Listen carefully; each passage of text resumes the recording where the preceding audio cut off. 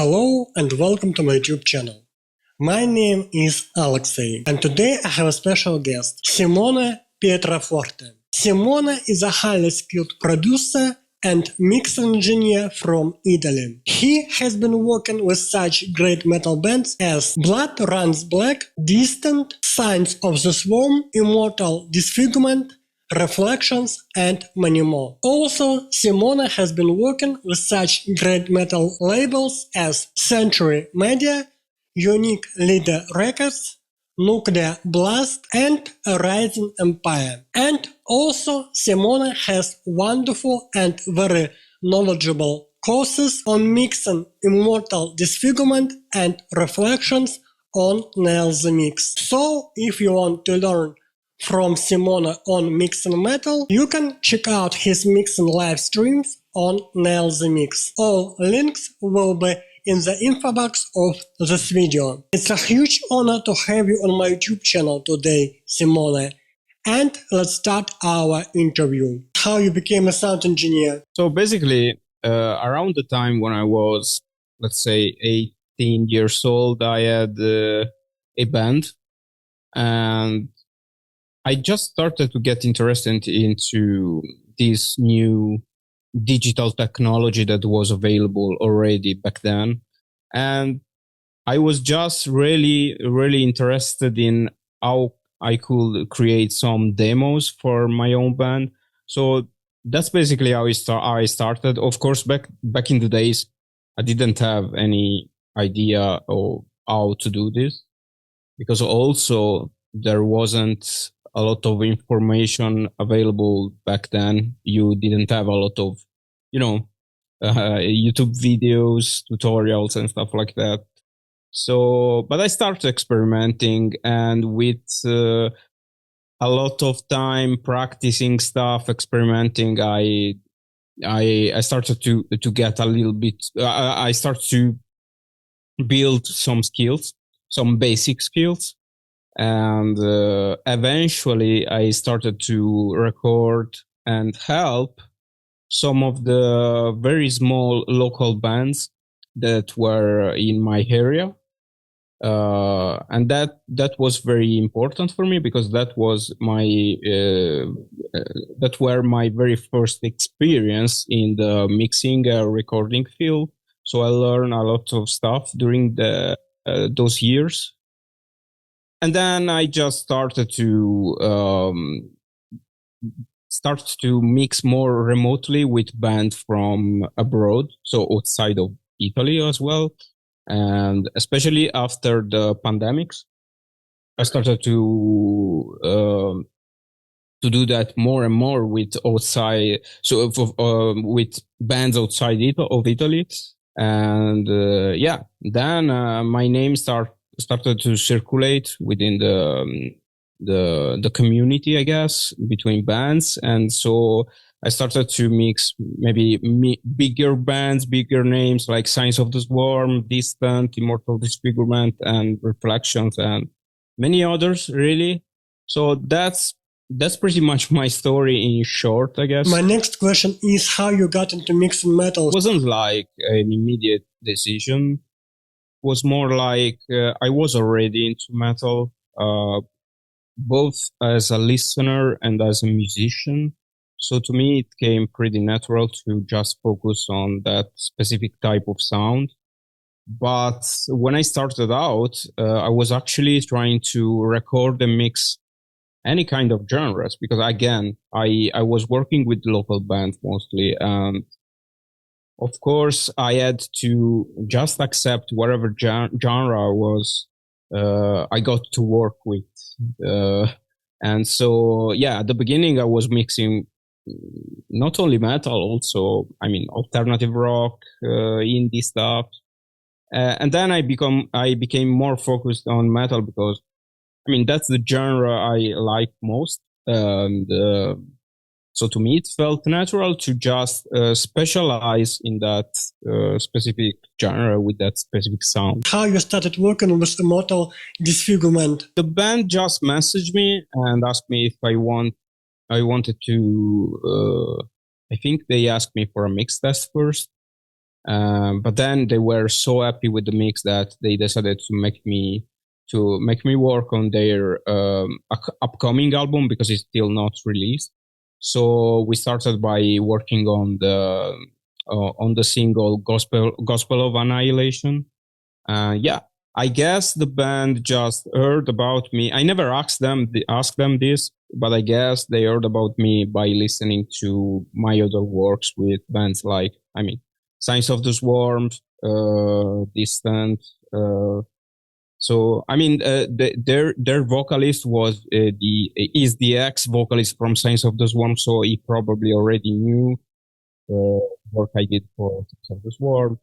So yeah, that's pretty much it. How do you start mixing songs for clients like Immortal Disfigurement, Signs of the Swarm, Reflections, and in this case, do you start with a fader mix or with your mixing template? I always have a basic template that I start with, but the template for me is more about having a rough kind of balance, and also to have the routing already done, because that takes a lot of time. And I also have some plugins already loaded in, so that I don't have to waste time to choose the plugins, I guess. But yeah, it's only a starting point. The template has nothing really mix ready on the. It's just a starting point, just to have the routing and basic balance ready, basically. So yeah, I use a template. In your Nails the Mix live stream session of Gospel of Annihilation, song by Immortal Disfigurement, you are using MIDI drums. So the question is why sometimes bands are using MIDI drums instead of real drums, even if they have a real drummer in a band. So yeah, that's a good question, because sometimes bands have a real drums, and also sometimes this drummer is also good. But the reason why the band is not using or not recording real drums could be many. Mostly it's about whether the budget restraint. So the band don't have much money to spend on recording drums, because it also takes a lot of time. And also because in this genre, deathcore, using MIDI drums is more common, because it's easier to get the drums to sound very powerful by using just samples. So yeah, I will say is just these two things. So budget and convenience in terms of sound. Thank you so much. And in this case, I would like to ask you some additional question on this topic. MIDI drums are in stereo. They are in stereo when you are converting MIDI into audio. They always are in stereo. And in this case, if MIDI drums are in stereo as audio files, should you do any panning? Like with the real drums? Yeah, I think you should treat MIDI drums exactly how you treat real drums in terms of panning. So usually the samples in the MIDI library should come as in mono as well. Now, I'm not sure why exactly you are getting them in stereo. It depends on the library, but the approach will be the same as real drums, really. So I will pan the hi-hat, toms in the same exact way. For the Gospel of Annihilation song by Immortal Disfigurement, guitars reamping was done by Phil Pluskota from Sonic Assault Studios. So in this case, can you please tell me what Phil used for reamping of guitars? So Phil, which by the way did a great job, I think he used a Spooky Vibes Night Terror, which is like an overdrive pedal. Then he used, as an amp, he used a KSR Channel 4, KSR Colossus, I think it's the name of the amp. And then he just used a Mesa Oversize cab. And he mic'd that with a blend of a SM57 and a Newman. With a Newman. And that was basically the reamping. What is the difference between recording guitars at home studio and at professional studio nowadays? Nowadays, there is no difference because audio interfaces are pretty good at what they do. You just need to have, a pretty good audio interface with good converter, so that you can capture the DI at the highest quality. The only difference between maybe if by home studio you mean a musician self-recording, is not much about the fact that he is in a home studio, but it's more about his own skills. So the real difference is between if you know how to do it versus you don't know a lot of stuff about it. So if you go to a professional studio, of course you are going to have people that are already experienced in that field, and that will make a lot of difference. But if the musician maybe that is recording guitars in his home studios has good audio interface and knows what he's doing, then I don't think there is much difference, to be honest. When it comes to compression, where do you usually use a compressor, on individual audio tracks or on buses? Okay, so I use both compression on individual channel and on bus channel as well. Of course, the purpose in these two cases is different. When you use compressor, let's say on drums, on individual channel, what you want to do is to control the envelope of, let's say, a kick or a snare.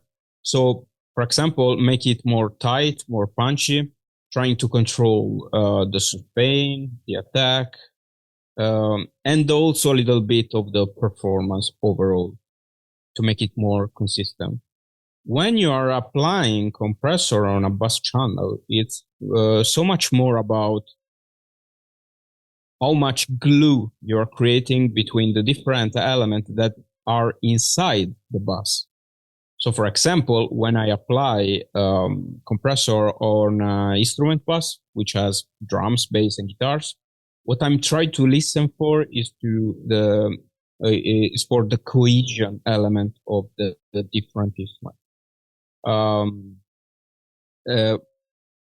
But yeah, and regarding if you want some suggestions about the settings, usually with bus compressor, I go about very slow attack time because I want the compressor to be more gentle, maybe. But again, it really depends on what I'm doing. Because, for example, with vocals, I use always slow attack. But also on single elements like kick, snare, I like to use slow attack as well. Sometimes I use it faster if I want more glue. So yeah, but that's the main difference. I'm hearing different things when I'm using compressor on these two different scenarios. When it comes to mixing bass for metal bands like Immortal Disfigurement or Reflections, what tips can you give on mixing bass? So usually what I like to do with all the band I mix is to split the bass track into different layers, so different tracks, so that I can do different processing in each of them.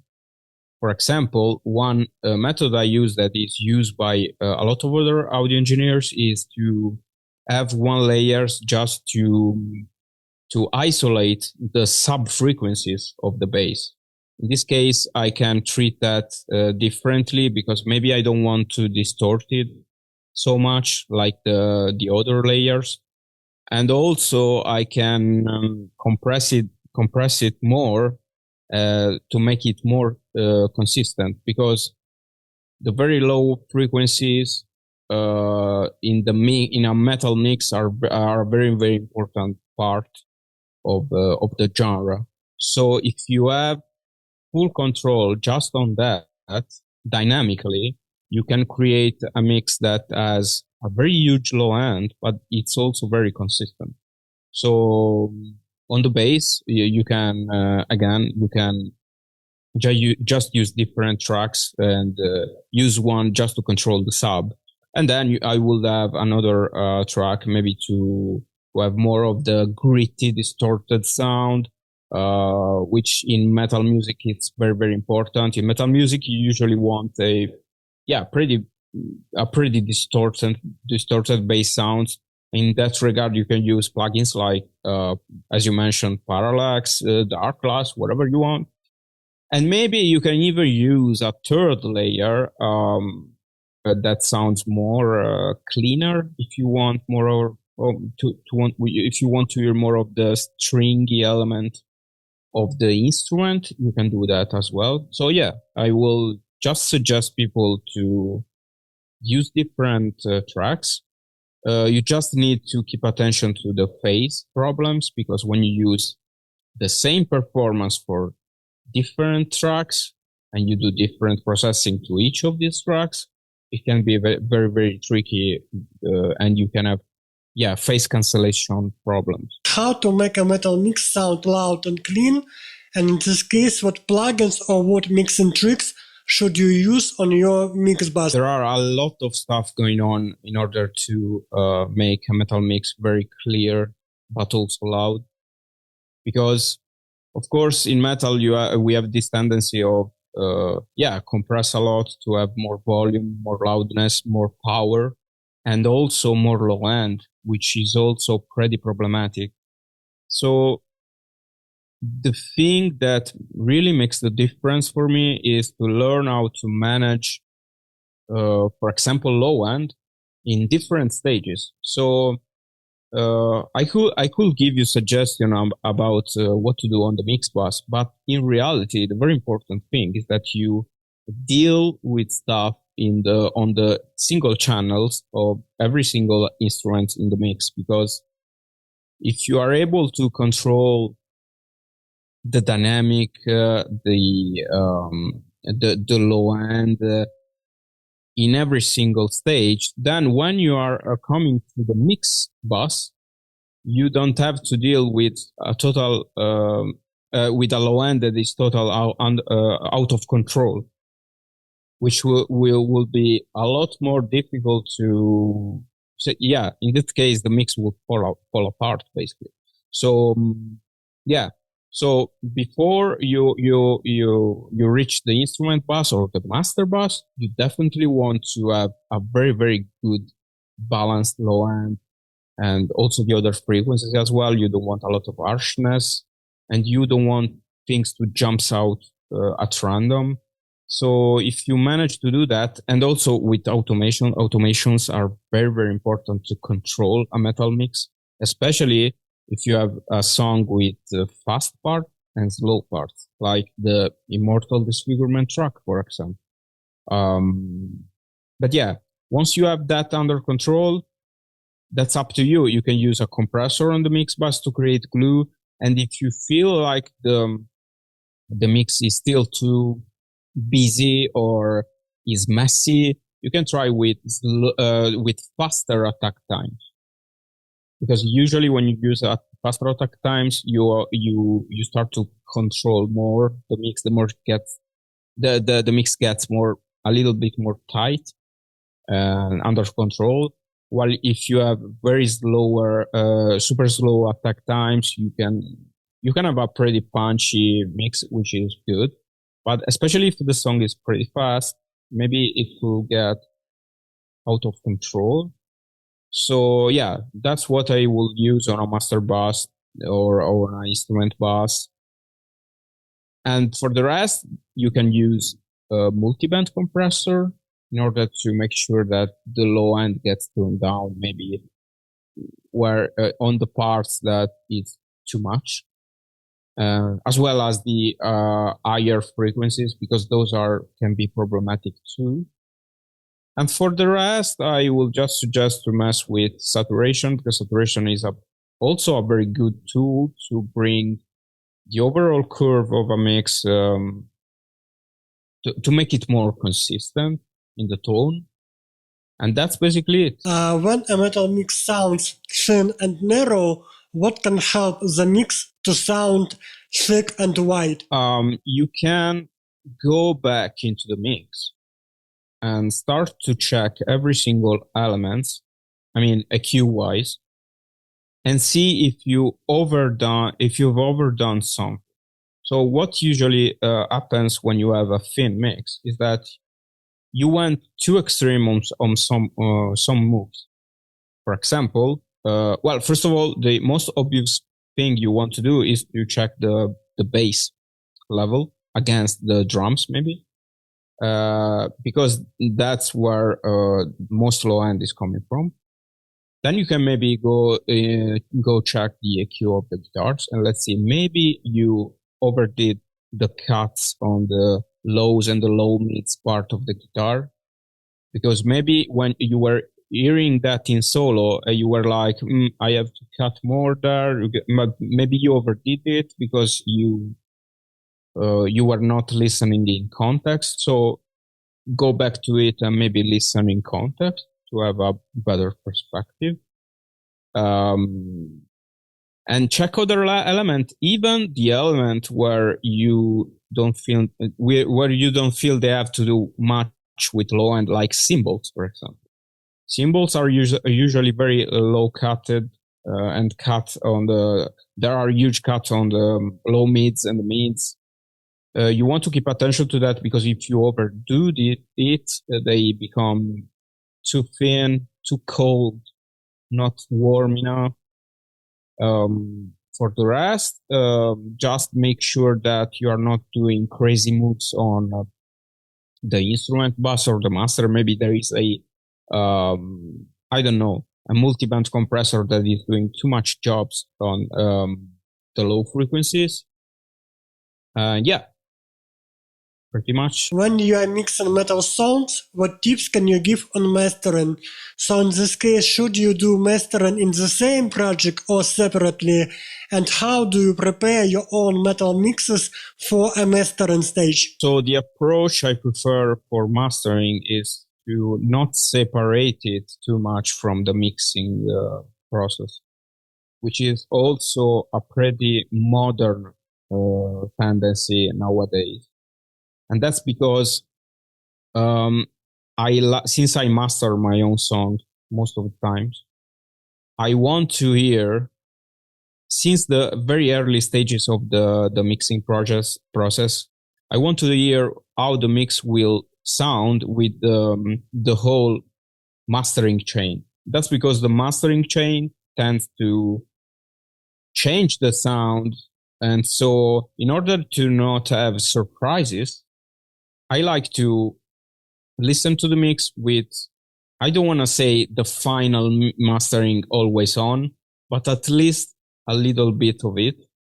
So yeah, I don't like to separate mixing and mastering, so I don't use different projects.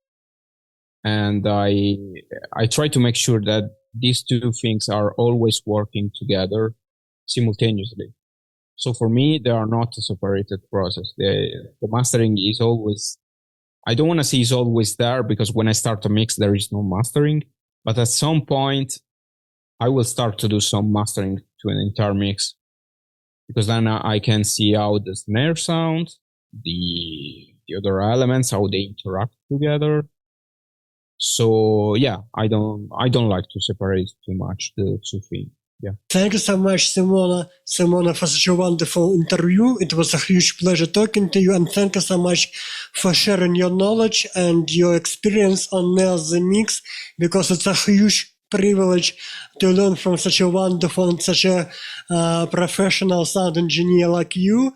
And thank you so much for sharing your knowledge on mixing Immortal Disfigurement on Nail the Mix, and for sharing your knowledge on mixing Reflections on Nail the Mix. And both of your Nail the Mix sessions are super great, because you can get a lot of knowledge and new skills from you. Super great for students, and especially for me, because I'm a student of Nail the Mix. And thank you so much for everything, and I wish you huge success in your wonderful music career. Thank you so much. Thank you, and thank you for having me.